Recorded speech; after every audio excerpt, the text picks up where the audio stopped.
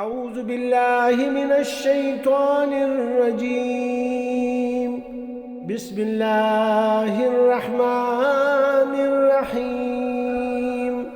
وإن خفتم شقاق بينهما فابعثوا حكما من أهله وحكما من أهلها إن يريدا إصلاحا يوفق الله بينهما إن الله كان عليما خبيرا۔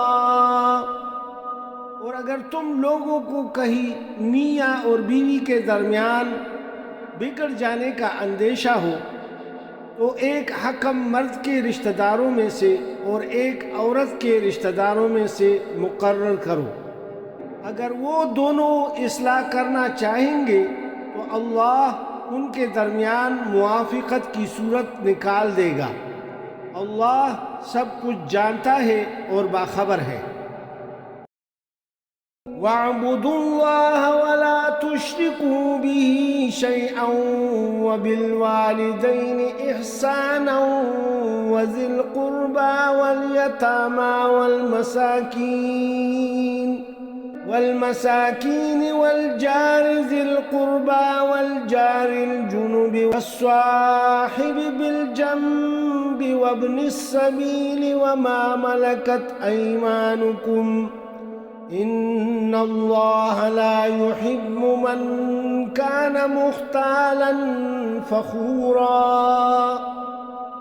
اور تم سب اللہ کی بندگی کرو، اس کے ساتھ کسی کو شریک نہ بناؤ، ماں باپ کے ساتھ نیک سلوک کرو، قرابت داروں اور یتیموں اور مسکینوں کے ساتھ حسن سلوک سے پیش آؤ، اور پڑوسی رشتہ دار سے، اجنبی ہمسایہ سے، پہلو کے ساتھی اور مسافر سے، اور ان لونڈی غلاموں سے جو تمہارے قبضہ میں ہوں، یعنی آج کل نوکر یا نوکرانی۔ احسان کا معاملہ رکھو، یقین جانو اللہ کسی ایسے شخص کو پسند نہیں کرتا جو اپنے آپ میں مغرور ہو اور اپنی بڑائی پر فخر کرے۔ الذين يبخلون ويأمرون الناس بالبخل ويكتمون ما آتاهم الله من فضله وَأَعْتَدْنَا لِلْكَافِرِينَ عَذَابًا مُهِينًا۔ اور ایسے لوگ بھی اللہ کو پسند نہیں ہیں جو بخل کرتے ہیں اور دوسروں کو بھی بخل کی ہدایت کرتے ہیں، اور جو کچھ اللہ نے اپنے فضل سے انہیں دیا ہے اسے چھپاتے ہیں۔